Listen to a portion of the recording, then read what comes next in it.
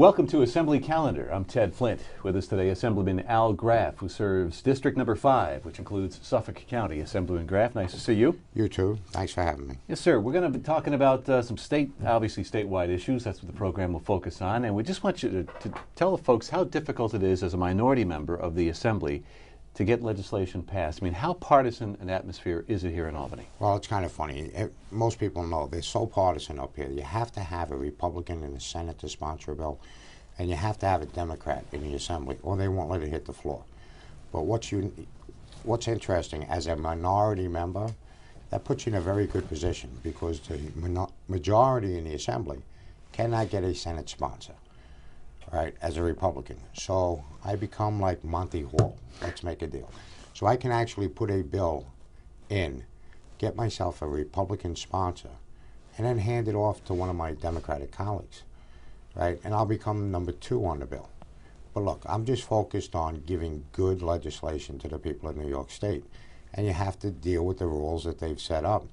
So this is a way that I'm able to do that. And right now I think I have 5 statewide bills that are good for the people in New York State that are being pushed forward. It's an old saying by Harry Truman. It's amazing how much you can get done if you don't care who gets the credit. I'm not up here to pound my chest. I'm up here trying to change things on the state level in order for people to be able to live a little more comfortably. I have one bill right now that deals with domestic violence. I wound up in a Burger King with a woman and her 3 children. The husband's been beating her up for 20 years. But now it transferred to the children. And at first, the abuse was over spanking, but now all of a sudden he goes to a wooden rod and he hits the kid with a wooden rod, leaving welts. She called me. I sat there in a Burger King for hours making sure an arrest was made. The next day I went down to court with her, made sure she got an order of protection to get him out of the house. And what happens is the abusers in these cases, if say they just overspank, where the woman gets involved, and in this case she got involved, she wound up with a black eye, all right, and she just tries to keep her family together. After that she said, enough, you're not hurting my children. So what this bill does is actually creates a safe harbor for women, because what the abuser will do is, as the abuse escalates, they will look at her and say, her or him, and say, you can't call the police because CPS will take your children away. So what we've done is we've created a safe harbor for women. And the safe harbor, if the woman is not the abuser, if she suffers from domestic violence, or the man, and she's not the abuser, and she is the initial reporter, and she cooperates with authority, then that's not a basis to take her children away. So it removes that tool or threat from the abuser in the household. And hopefully what it will do is create an atmosphere where they don't have to worry about their children, and they'll come and report. So it'll stem further abuse. Mm-hmm. So it's a good bill, and we're pushing it forward. That bill of which you speak is Melinda's Law. Melinda's Law. It's named after the woman that I spent the day in the Burger King with. Now you're a former police officer, so you have some background in this kind of thing. Right, and I've been on a lot of domestic violence disputes. I've made a lot of arrests for domestic violence. And what it is, there's a whole thing that works around here. We have battered women syndrome and self-esteem issues, and they isolate them. And so all this is meant to do, there are exceptions with this though. Any sexual abuse doesn't fall under this statute, prior sexual abuse. Any deformity that occurred because of abuse, that doesn't apply. Or murder, where another child was killed and they covered it up. But it's meant to stop some of the abuse before it gets way out of control and the kid winds up dying. Mm-hmm. Okay, let's talk about another issue. This pertains to the energy superhighway, and just how prohibitive are the costs on the island for electricity specifically? Right now, my towns, this affects our entire economy. Right now, you have one town, Brookhaven, pays $451,000 a month. Islip pays $330,000 a month. Sachem School District pays $240,000 a month. Suffolk County pays $1,779,000 a month. So this affects our property taxes. That's not to mention what businesses are paying or non-for-profits are paying. And it's basically killing us. We've been fighting this for a year. We put up a website We petitioned the governor. Then it was shocking that the governor actually, in his State of the State address, came out with this super energy highway, and he had the lines coming from the hydro plants downstate. And everyone on the floor looked at me and said, "That's your bill."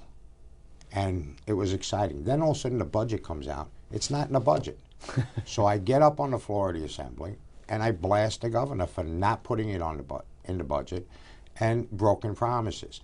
Now, though, since I did that, the governor has come out and said we are going to do the superhighway. All right, I don't want to cut you off. I don't want you to repeat yourself, too. That was your message on the floor of the Assembly. Let's look at what you had to say then, and we'll come back and comment further with Assemblyman Al Graf. What this represents is a lot of broken promises on the part of the governor. In my area, everything is directly affected by the cost of electricity.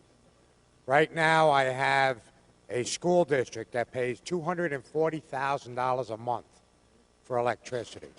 I have one town that pays $451,000 a month. Another town that pays $330,000 a month. And our county's electric bill per month is $1,779,000.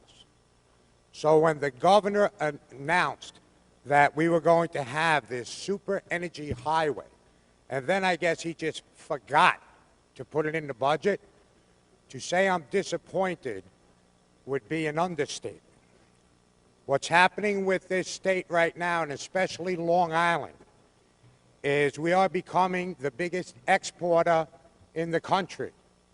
What we are doing is we're exporting jobs, and we're exporting, the most important, we're exporting our children, because we can no longer afford to live on Long Island because of the price of taxes and the cost of electricity. Now, this was a big announcement by the governor that he was going to put in this superhighway. I guess it's going over the new Tappan Zee Bridge that we're not going to see either. All right? So all I can say is I am truly disappointed, and I think the governor needs to refocus his efforts and start doing things that's going to have an impact on Long Island and or the rest of the state. Now, we're constantly looked at as the piggy bank for New York State. Well, that piggy bank is drying up. Has the governor, since you said that on the floor, has he refocused his efforts? Well, he actually came out and he announced that the highway is going to come through. The problem is he stops at New York City. So now we put another petition up, and I'm asking people to go out there and help by signing the petition. And what we're asking the governor is Long Island wants its entrance ramp onto the new energy highway. Right? We have the most outrageous electric rates in the state.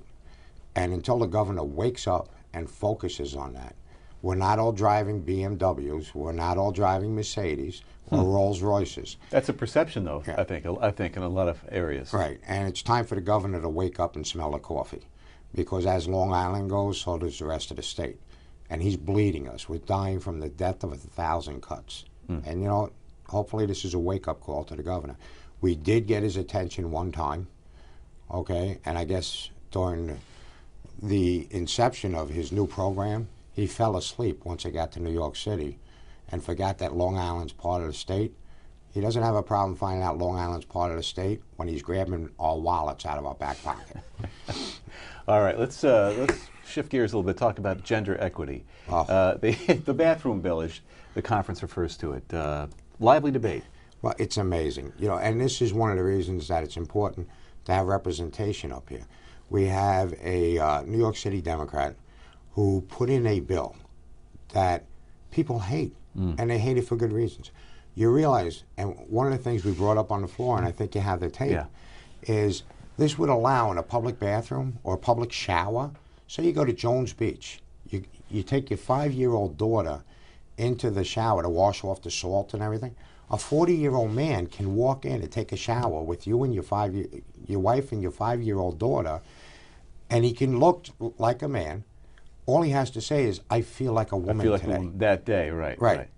I mean, it's incredible that they think this is okay. It's mind-boggling. And the other thing, if my daughter's playing sports in junior high school, Right? After the sport, she comes in, she takes a shower in the locker room. One of her male classmates can come in and say, I feel feminine today, and take a shower with my daughter. Right? This would allow men into women's bathrooms, into women's locker rooms, into women's showers, and nobody can stop them from doing this. That's a part of the unintended consequences. In all honesty, I looked at the other side of the aisle and I said to him, what are you people smoking when you come up with this stuff? That's right. Well, it's incredible. Let's look at some of that debate and the Assemblyman's comments on the floor. Then we're back with Assemblyman Al Graf. I've spoke to many people in my district. I've talked to them about this bill, and frankly, I haven't met one that wasn't appalled by this bill.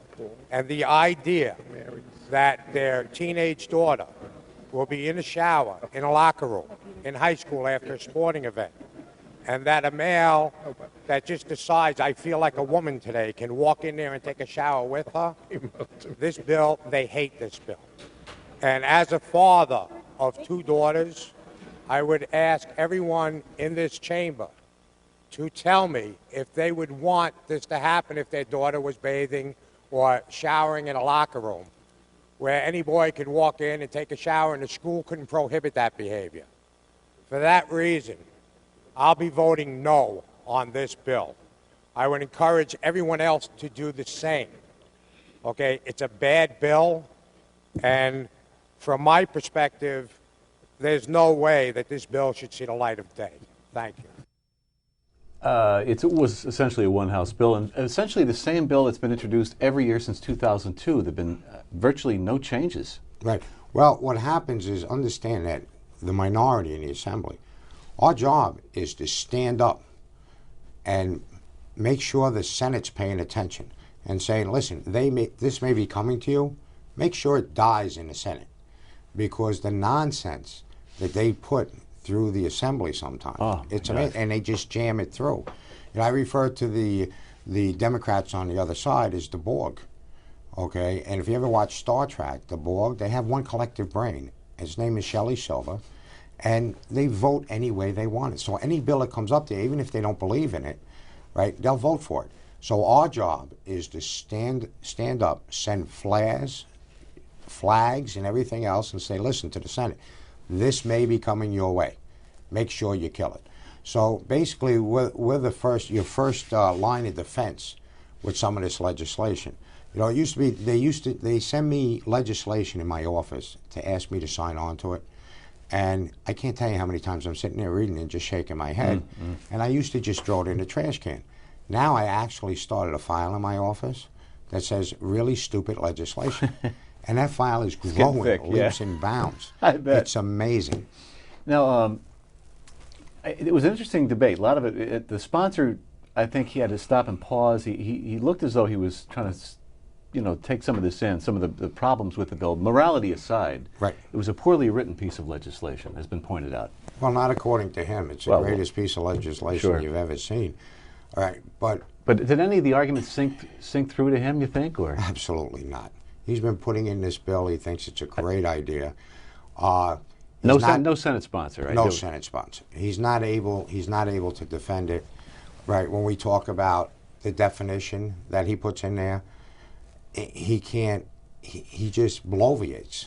So, I mean, we stood up for hours on that bill, debating that bill, beating it down, and it's amazing that people on the other side of the aisle actually voted for it. It is. And, my constituents, when I tell them this, they have a fit. We've got to run. I wish we had more time. Thanks, Assemblyman Al Graf. Thank you for joining us on this edition of Assembly Calendar. We will see you very soon. I'm Ted Flint.